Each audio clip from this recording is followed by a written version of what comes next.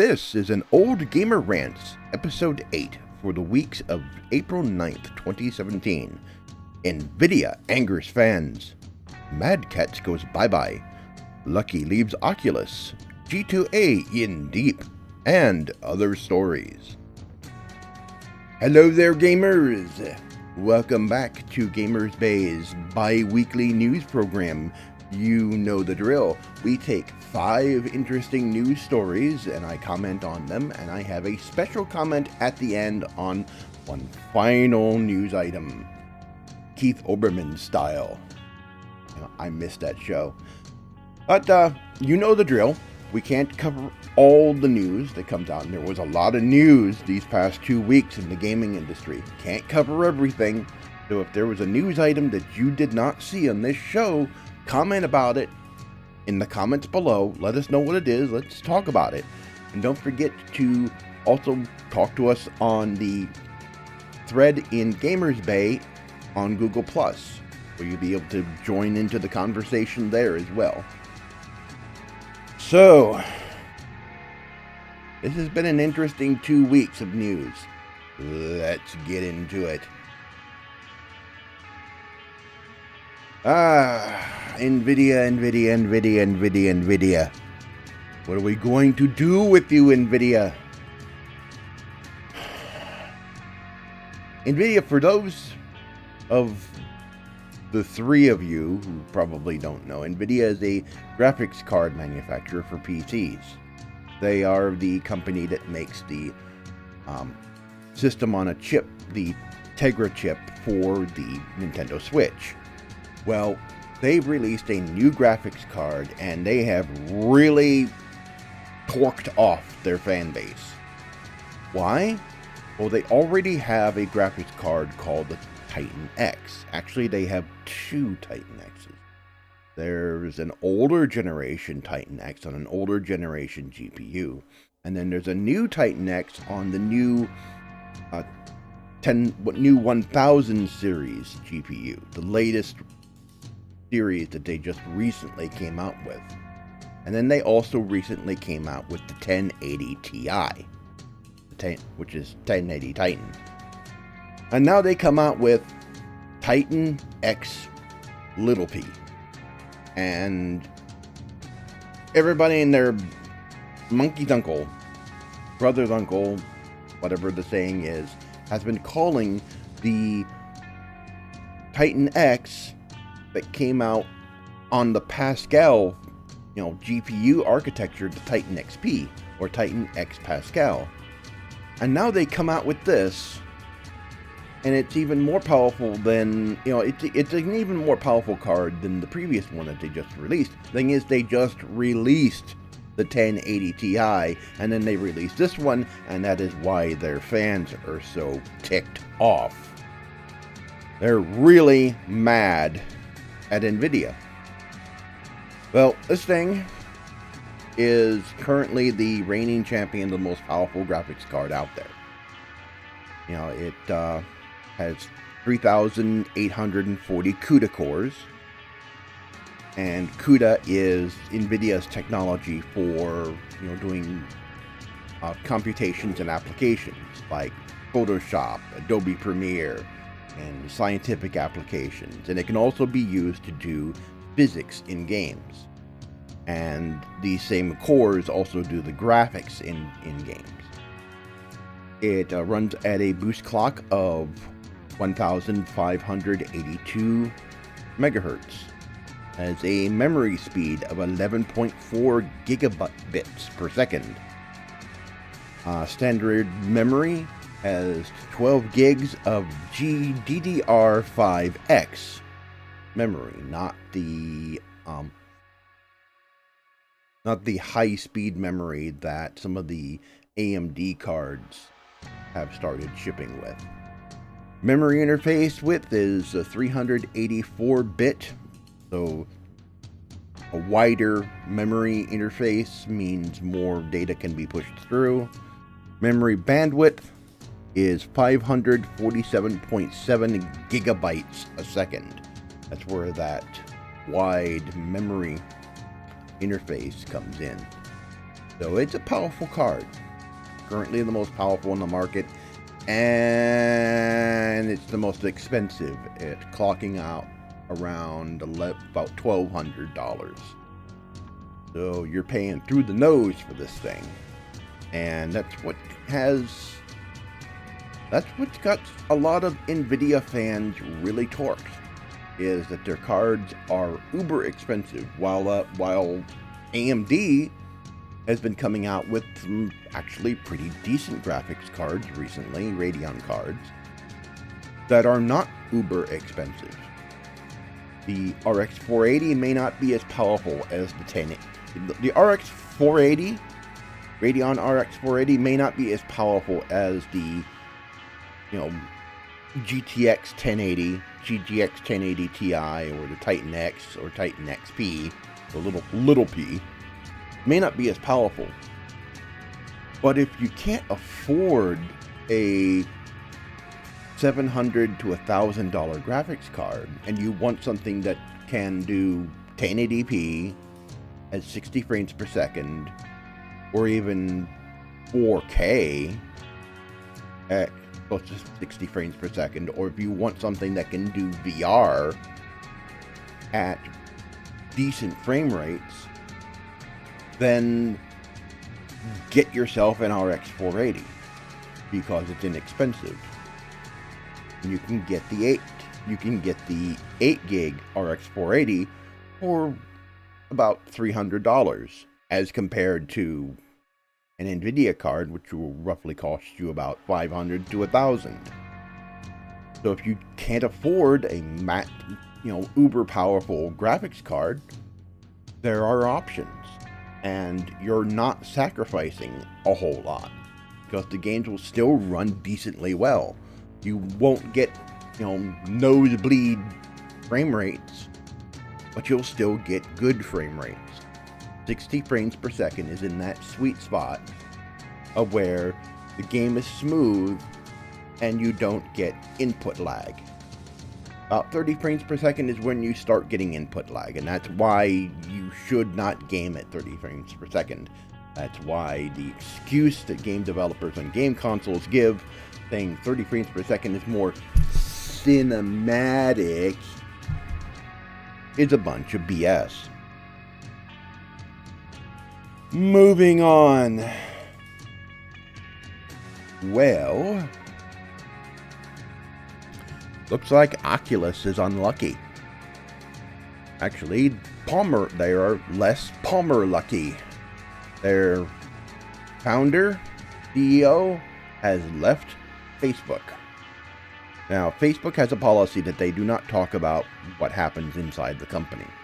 So we have no idea whether or not his leaving was acclimable, or whether or not he was forced out. Given the news that has happened in the past couple of weeks, past month, it's more than likely that he was forced out. With the whole thing with the lawsuit with ZeniMax, him being accused of copyright infringement of ZeniMax's IPs, of their technology, and of violating an NDA with them, because ZeniMax was developing VR technology. And then him and Jargon Carmack getting hit with some rather substantial amounts of fines on that.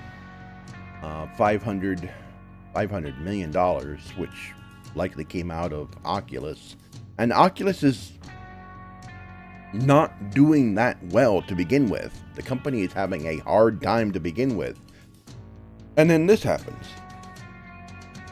The whole lawsuit thing happens. And, I can see, Facebook wanting to get rid of someone who is controversial.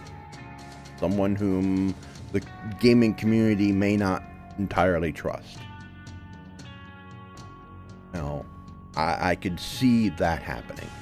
They're saying, this guy, he brings in this technology, we've invested all this money into it, and then this other company comes in and says, no, this is our technology, they stole it. there must be something more to the story for this to have happened. Either he got his money and now he's running, which, you know, he got his millions and now he's leaving, or he was forced out. Given the kind of personality this guy is and the kind of guy he was, I don't see this as being a case of where he was just doing this for the money and then leaving. He started this in his garage. And then I think he just had this yanked right out from under him. I think he was forced out. So, who knows? I mean, he's not talking. Nobody's talking. We don't know the whole details. But I personally believe he was forced out. And Oculus is still not doing too well.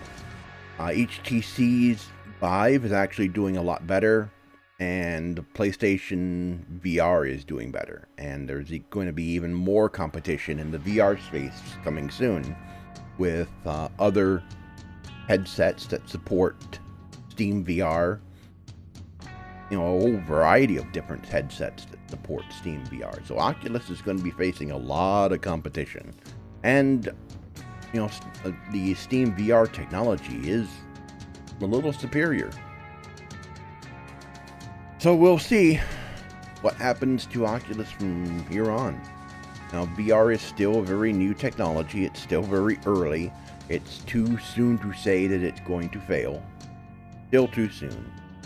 We need to give it at least another year or two to find out exactly where it's going to go. VR is starting to hit its stride on the PlayStation. It needs to start hitting its stride on PC. We need to start seeing AAA games built around VR. Not just AAA games with a little VR experience bolted onto the side. We need to see full-on AAA games built entirely for VR. We need to see that. PC needs a VR killer app. Period. It needs that. Well, who saw this coming? Oh. The latest Call of Duty, Infinite Warfare, tanked. It still sold pretty well, but compared to previous games, compared to other games, it didn't do as well as it should have. And frankly, Activision really should have known. They should have listened to their player community. Activision really should have listened, but they didn't. And they just continued on ahead anyway. And they paid for it. And I know that they heard, I know that they did hear their community complain. That they heard their community. I know they heard it. Why? How do I know? Because they attached the remake of Modern Warfare, the Modern Warfare remake to Call of Duty Infinite Warfare. They attached it to it. The only way you could get that, the game that everybody loved so much, the Call of Duty game everyone loves so much, the only way you could get it is if you bought Infinite Warfare. So they knew that their fan base did not want another hyper-futuristic Call of Duty. They knew, and they went ahead and developed it anyway, and then to force their player base to buy it, to goad their player base into buying it, they attached this other game that was so beloved to it, and the only way to get it is to buy the game that they don't want. That, ladies and gentlemen, is what we call a dick move. That is taking advantage of your fans. That's taking advantage of your audience. And what they did was wrong. What they did was wrong. What they should have done is say, you know, our fan base isn't liking this hyper-realistic Call of Duty sort of direction we're headed. Why don't we change course and do something, you know, that would really appeal to them? Let's change course, because if we do this, if we continue on with this, we're going to hurt the brand. They didn't think that. They thought, oh, we're going to do this hyper-realistic, hyper sci-fi Call of Duty where you go into space and everything, and the fanboys will buy it anyway, and then, oh, we'll get the other players to buy this if we attach this remake to it and make it to where they can only get it if they buy Infinite Warfare. So they'll all buy it. They'll buy it to get this other game.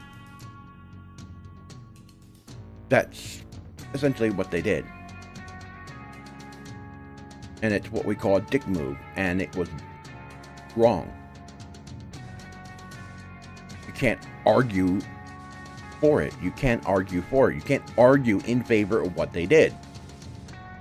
And the fans were really, really ticked off at them for what they did. And they paid for it. Activision paid for it. Now we learn that Call of Duty is going to go back to World War II, where it's all started with the original. It remains to be seen whether or not this change will be successful. For Battlefield, going back to World War I, a change of pace for Battlefield has actually worked out for them pretty well. Battlefield 1 has been fairly successful. Whether or not this will work out for Call of Duty, whether or not the damage has been done to the brand, whether so much damage has been done to the brand that nothing they do will fix it, that remains to be seen. Can they recover from the Infinite Warfare debacle? That remains to be seen. It's interesting that they're going back to World War II. World War II was an interesting time. It was a brutal war. Probably it was a different kind of war from World War I. In World War I, we still had some of that medieval thinking. We still had troops and soldiers still marching in regimented ranks, like an old style army from the Middle Ages, from medieval times. We still had that kind of thinking. World War I was so brutal, so awful, so terrible, it knocked us out of that kind of thinking. It brought into our consciousness a new kind of warfare. World War II was a result of that, and it was equally as brutal. I don't think there hasn't been another war like it since. Not even the Vietnam War was as bad. And a lot of people died there, and it was a terrible conflict. So it'd be interesting to see where they go. Now, these games have had a tendency of glorifying war, which that's another thing that's starting to fall out of favor. And EA had the mind to actually, it still glorifies heroism in war a little bit, but at least at the beginning of the game, they were of the mind to show, no, this is war, this is hell, this is World War I, you are not expected to survive. They at least had that to show, no, war is not fun. War is not fun in games. War is not heroic. It's brutal, it's bloody, you're gonna get in the mud, you're gonna be in pain. And the opening of Battlefield 1 demonstrated that the futility of war, the pain of war, the horror that war is.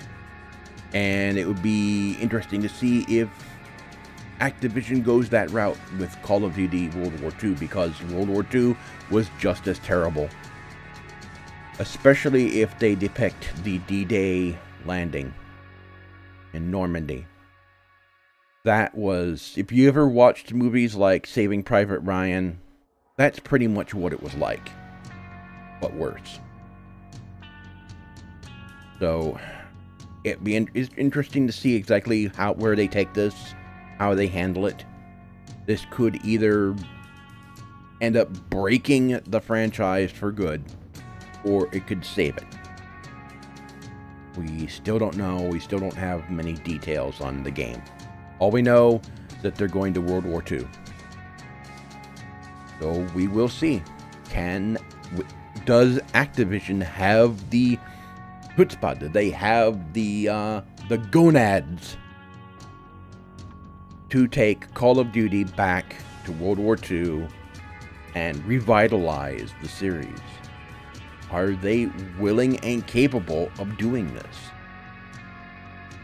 We shall see. We shall see. Alright. And the internet went completely bonkers with information about the Project Scorpio, Microsoft's revamped Xbox.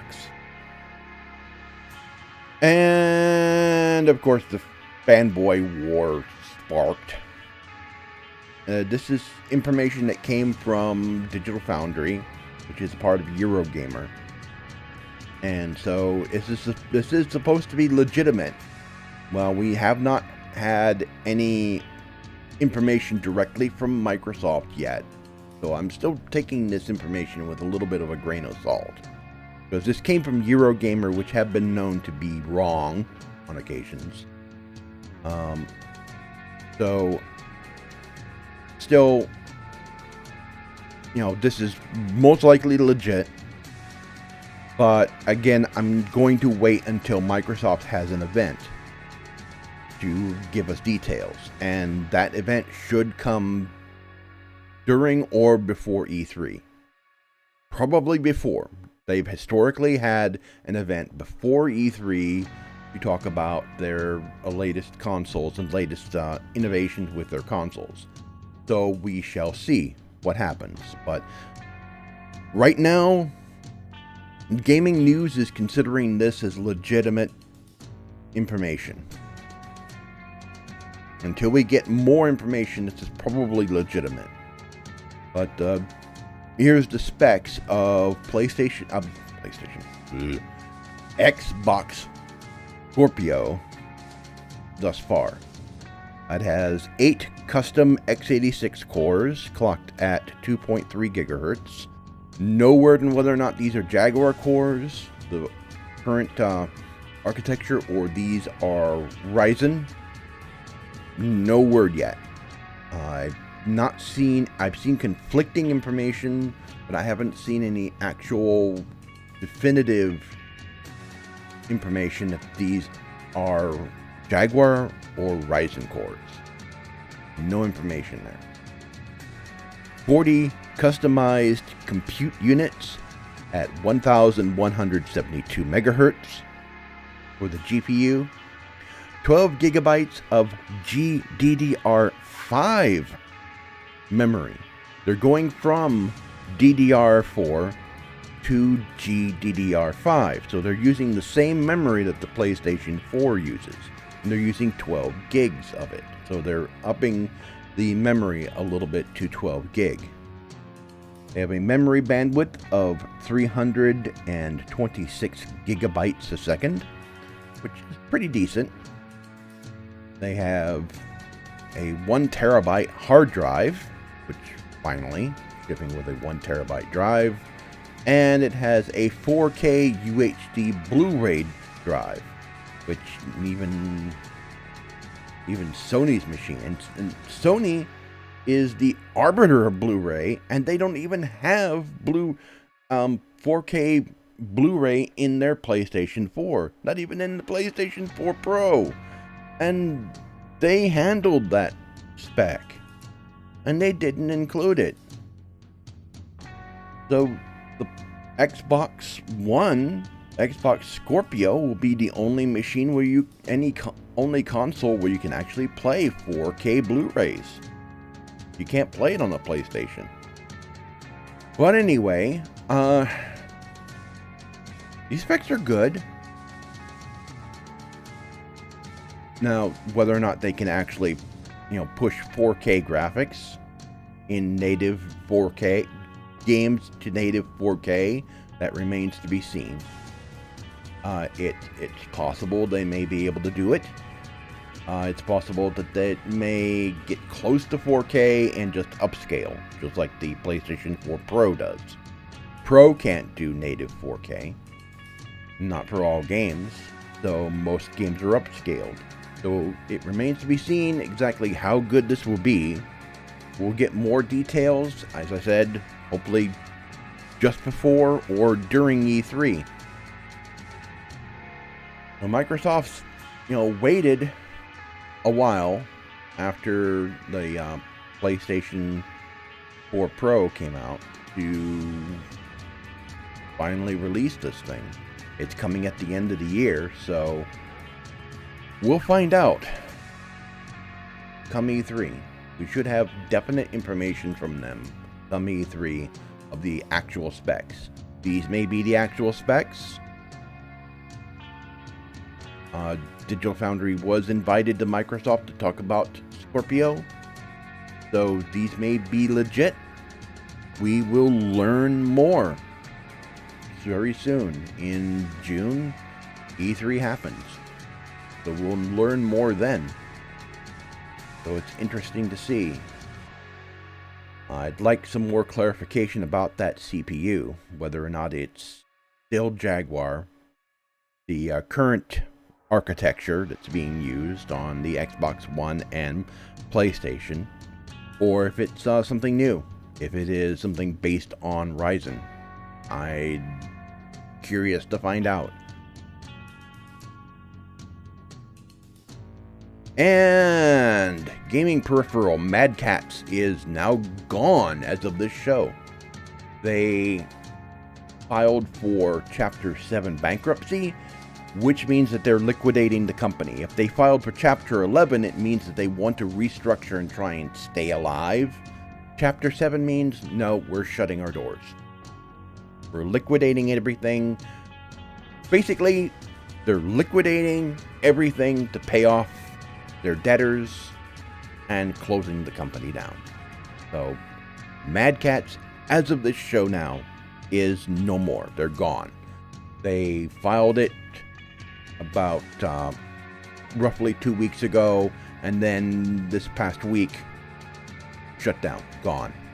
They did sell off Saytech to Logitech, though their higher-end joystick division that made joysticks and steering wheels and other peripherals for racing games and flight sims, that's still around. Logitech has all those patents and technology now that that Mad Catz had. They are a competitor with Thrustmaster, which is another company that makes wheels and controls for flight sims and driving games. So it's an end of an era. It used to be, back in the early days, back in the days of the GameCube and the PlayStation 2 and the original Xbox. Back in the day, if you knew you were player 2 when you had the Mad Catz controller. I had a Mad Catz controller. I knew some people that had some Mad Catz controllers. Some of them were really tiny, really small, not always the best. Nowadays, most people don't buy third-party controllers. Not too often anymore. There are some other companies that make better controllers. Mad Catz has been going downhill over time, which is partially why the company shut down. Their quality dropped significantly. Wasn't that great to begin with, but it started dropping significantly And the worst part is that they bet the farm, knowing that rhythm music games were essentially dead, at least here in the US. Here in the US, rhythm music games were dead. They're still very much alive in arcades over in Japan. They're all the rage over there. But here, they bet the farm on another rock band. And it cost them. The game tanked. And it was the straw that broke the camel's back. So, Mad Catz is gone.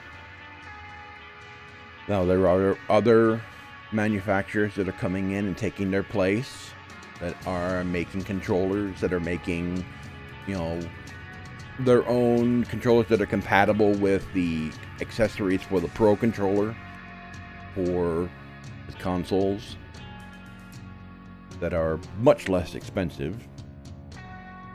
So though they are gone, though it is an end of an era, there are other companies coming in to fill the void of their absence. So, Mad Catz, thanks for your crappy controllers. See ya.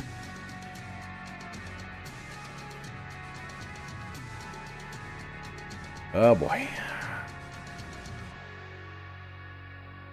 See, this is why we can't have nice things. Alright, for those of you who don't know what the heck is going on, I first heard about this when I saw Total Biscuit's video. I didn't know this was going on. I suspected that this company was not entirely legit. I almost bought some games from them because I saw some really decent pricing. But then I thought, are these guys legit or not? Could I really take that risk? And I thought, I've seen them sponsor YouTube videos. I've seen them sponsor quite a few YouTubers. Mostly a lot of console gamers. And I thought, should I really? And I didn't. And I'm probably a good thing. Now, what exactly is G2A? Let me explain that.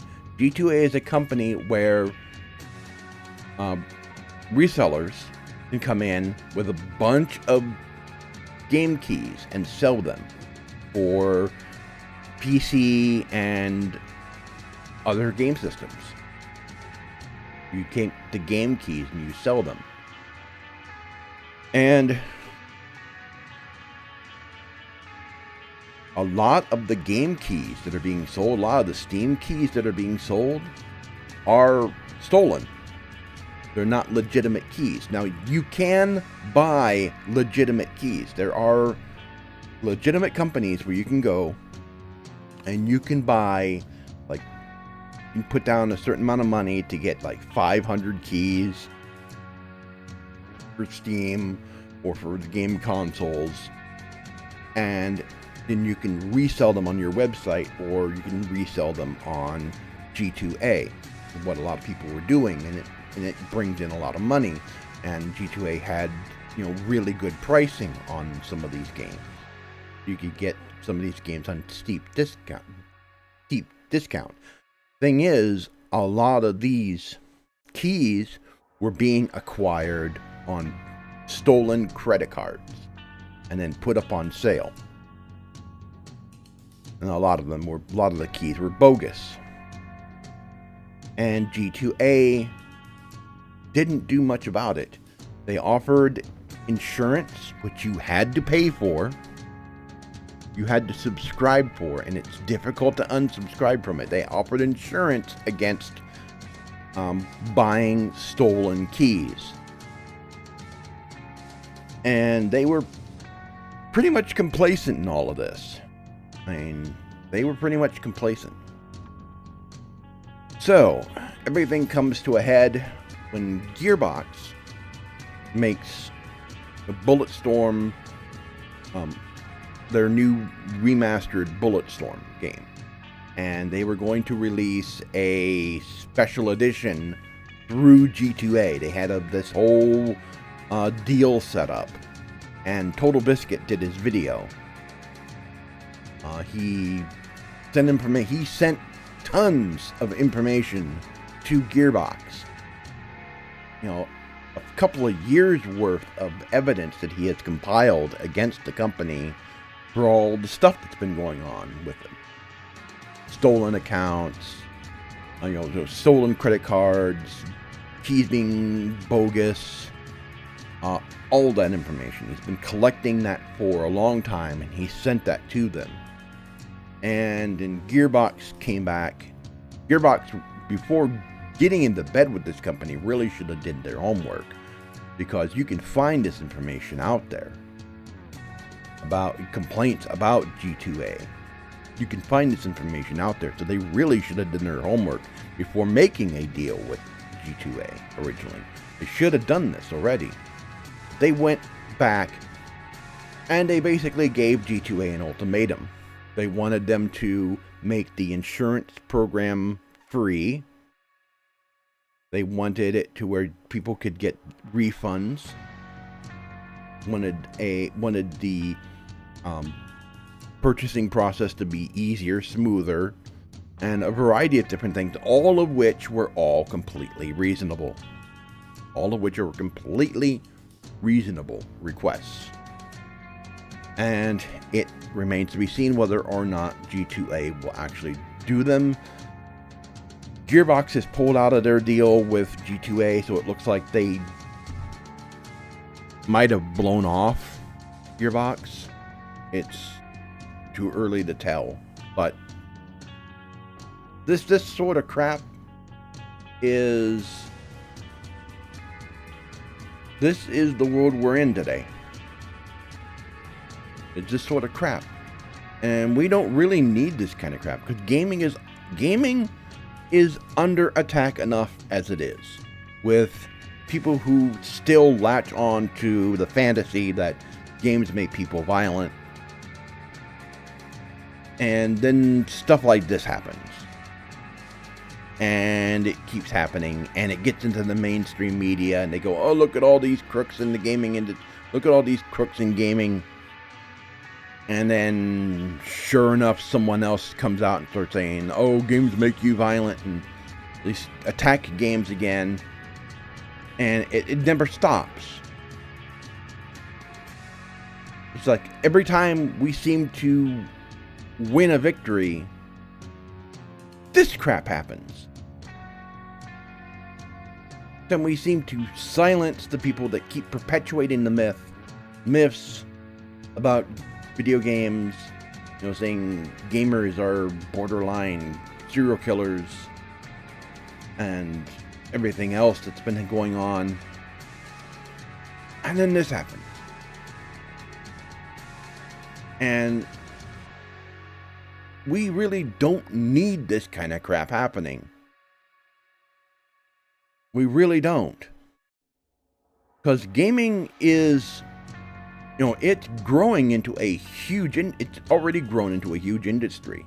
It's bigger than Hollywood. And that's one of the reasons why it's so much under attack. Because it's bigger than Hollywood. Earns more than Hollywood. So, we really don't need this. We really don't need this crap happening. And G2A really needs to get its act together, or they need to get taken down. They need someone to take them to court, which I believe some people have, and they need to get taken down unless they fix their problems, they fix their issues. There have been some people who even suggested that G2A may be connected to organized crime. Don't quote me on that. Don't quote me on that. But there are some who say the reason why this was going on is because the company is run by the mafia. Is it possible? Mafia's run other businesses before, and the mafia is still around. The mafia, despite what law enforcement would have you believe, the mafia is still alive and well. So is it possible? Yes. Is it likely G2A is run by the Mafia? It is possible. So was this a criminal endeavor by them? It is possible. But is it that? Well, it may or may not be that. As I said, don't quote me. I'm just saying it's possible. I'm not saying that it is. I'm saying it's possible. Given how they've been treating the whole situation up until now, it's possible. It's not outside the realm of possibility. And so because of this whole fiasco, and Gearbox really not, I would say, not being serious about this. They gave their ultimatum to G2A, but it didn't come until after Total Biscuit sent them all this information, which, Gearbox should have looked up to begin with. Gearbox really should have did their homework before getting in bed with this company. They should have, and they didn't.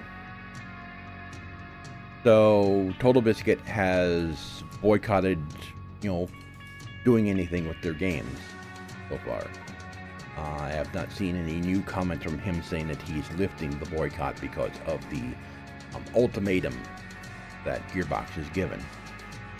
So we'll see. I know that the Bulletstorm Remastered is no longer being offered on G2A. Gearbox pulled out of the deal for the special edition with them, the extras that you would have gotten. And it's really better to get it on Steam anyway. But yeah, this crap, we really don't need any of this crap happening to us in the gaming industry right now. We don't need big controversies, because this will happen. Mainstream media will start talking about it, and then you'll get the idiots come out of the woodwork and start screaming, "Oh, games are violent. See, they're criminals. See. We were right all along." We don't need this crap.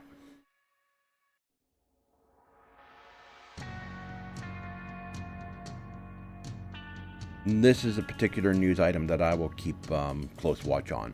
So I'll be posting more information about this in the Gamers Bay community, and likely I will be talking about more.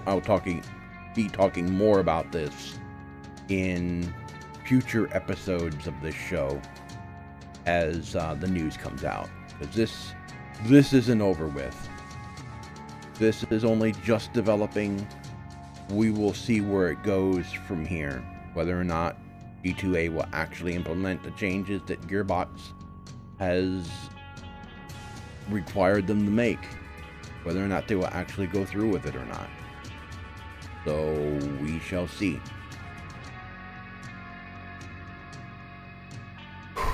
This has been one heck of a past 2 weeks, especially with that whole thing with G2A and media fanboys completely losing their minds. It's been an interesting 2 weeks of news, and we haven't even gotten to E3 yet. So, you know the drill. If you didn't see a news story that you think should have been on the show, let us know in the comments below. Also, remember that we have a thread over in the Gamers Bay community in Google+, where you can come in and talk about the news items that you think should have been on the show.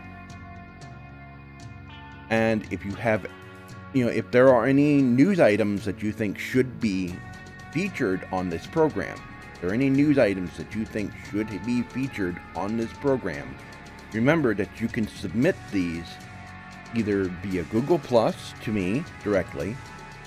You can submit these to me via Facebook, or you can submit these to me via Twitter using the hashtag #GamerRants on Twitter. So if you see any news stories and you think they should be on the show, submit them to me, Facebook, Google Plus, or Twitter, and use hashtag #GamerRants. So it's been an interesting 2 weeks. We'll see what happens in the next 2 weeks. See what happens in June coming up with E3. Whether or not we'll have a show on the Xbox before E3, just like Microsoft did the past couple of times. We shall see. And again, there are some companies that are skipping out on E3 to do their own thing. So, thanks for watching. And remember, if you like this program, remember to subscribe. Give us a thumbs up if you like the show. And we'll see you guys next time. Peace out.